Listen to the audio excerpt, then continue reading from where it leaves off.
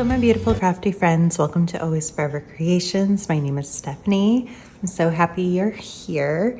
In today's video, we are continuing on with our little series of Christmas in July Sundays for 2024. I am kind of shifting gears on this video. I did film what was going to be this video and now I'm refilming. But I would like to put a small list of tips together when mass making cards, and we're going to do specifically Christmas cards, but obviously these would work on any kind of cards. I have made lots of Christmas cards, lots of moving notifications, birth announcements, pregnancy announcements, so I tend to mass make a lot, but usually it's the main event of the year for mass make is the Christmas card. So I did pull out some of my past Christmas cards that I have made. I think this was 2013. Before I had my, this was off the first Cricut. Believe this was 2014. Can't show you the back of this one because it has an address on it, but yes. So these were before my husband and I were married. This was 2016. The Chicago Cubs won the World Series. It's a big deal for my family because my stepdad works for the Chicago Cubs. So it was fun to kind of celebrate that in our Christmas card. And I'm just covering up our name there. This was 2020. And as we go through, you'll see bits and pieces of this and examples of how to make this card. I wanted lots of writing space for this one. This one is 2021. This was also a birth announcement for my daughter.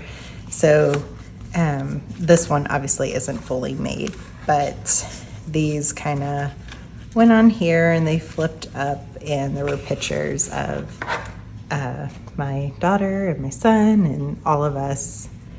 And yeah, it had all her birth announcement and it was a moving notification. So this card had a lot of functions to it.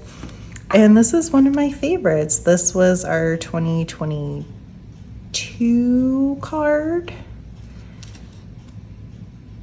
And I thought it was so cute. This is actually a picture. I just turned it around. This was actually meant for someone specific, but I don't know what happened. The snow is falling off though. I always forget to make cards for myself to keep, like kind of as like a folio type thing, but these are the few that I still have. But yeah, I just wanted to share that. So I am going to try to do this at a good pace without a script, and we will see how it goes. I have 5 tips for you, so let us begin. My first tip after coming up with the design of your card, so this is going to be our example design. You want to gather all your elements. So these were cut on the Cricut, so I would cut all of the letters that I would need, and then I would also gather up all the papers I would need. And this one happened to be made with scrap, so I have my scrap pieces here and some embellishments. So you kind of want to gather all the elements that are going to make up the design of your card, whatever those elements are. This one has 4. It could have 10. I don't know. Every year, one of my family friends asks me, how many elements did you have in your Christmas card? So like this one had quite a few elements because we had the stamped Christmas tree, we had the mat behind it, we had the fringe, we had the button, we had the sentiment, we had the mat behind the sentiment, the photo, the card base itself, and like the snow. What is this? I forget what this is called. It's like snowfall. Yeah, it's the grit paste snowfall. So I had all those elements. So that is the first tip. After you've come up with your design, gather all those elements that you're going to need to make your cards. Tip number 2, stay organized. Once you've gathered all your elements, you want to keep them organized. Otherwise, it is going to be a mess. You're going to lose things, and your mask making project is not going to go smoothly.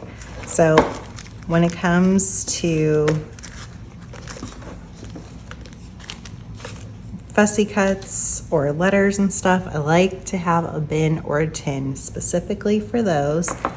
I would probably put my embellishments in a similar, either a small envelope or another bin or tin, and then some kind of large folder, depending on how big your papers are using.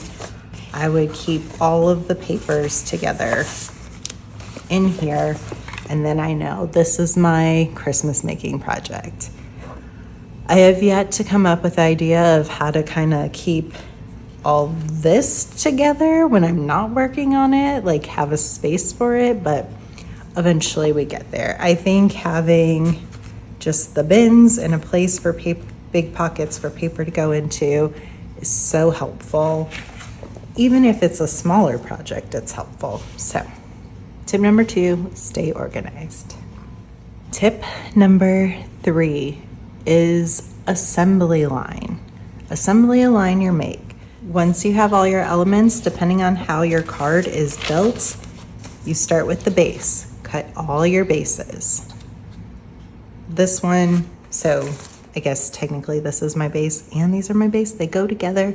So I would get all these the size I want to then put on here, to then cut those out. I did sewing around this, so then I would sew, put my letters on, and then finally embellish. So assembly line is a good tip for mask making. Tip number 4 is take breaks. And this will kind of lead into tip number 5 as well, but stop and take breaks. Stop and move around. Get in 100 steps, do some stretches, have a dance party, but it is important to get up and move, especially if you're doing, 50. Does anyone make 100 cards? I feel like I made 100 of these cards. I did not need all of them. I have a whole bunch left and a whole bunch of these left. So I guess a little bonus tip we'll throw in here right now. Don't, cut out more than you need. It's especially for Christmas cards, it's good to have a Christmas card list, just a Google Doc of everyone you're going to send a Christmas card to, so you know how many you have to make. Every year my list grows, we meet new people, people come into our lives. Unfortunately, people do leave our lives, but it usually does grow, and that's great. But yeah, I think I'm up to 58 cards. So when you're making 50 plus cards, you really need to stop and take breaks and move around, get your blood flowing. I think as makers, any kind of artist, especially if you're sitting down and making things, it is important to stop and take breaks, every hour or so to move around. And that leads into tip number 5, make in batches. So I like to make in groups of 10. So I will assembly line 10 cards at a time. And then that is also a good indication of okay, I need to be done for the day. So during those 10, it's important to make breaks. Awesome. But I like to assembly line in groups of 10 because I feel like 10 is that number of I can make 10 in a day. On a very, very good day, I can make 10. So, but whatever that number is, even if it's 5, even if it's 15, you do your assembly line in the group and then you would start your assembly line over for the next group. Hopefully that would be another sitting. Also helps so you don't get overwhelmed. And if you have to make 50 cards, you say, it's going to take me 5 days to make my 50 cards. Then my Christmas cards are done. And then it's a whole nother project to get them addressed and sent out. But that could be another day. All right, those are my 5 tips. How did this go? Let me know. Is this helpful at all? I mean, these are things that I've learned through making. This is obviously not how I started. I feel like my designs get better and better every year. So it takes time and practice. And it will take me time and practice to make good videos in this kind of format. But I hope this was helpful. I hope you feel inspired and motivated and you get some good crafting time in today. Thank you so much for joining me. I really appreciate it. I hope you have a good day. Let's get together again soon.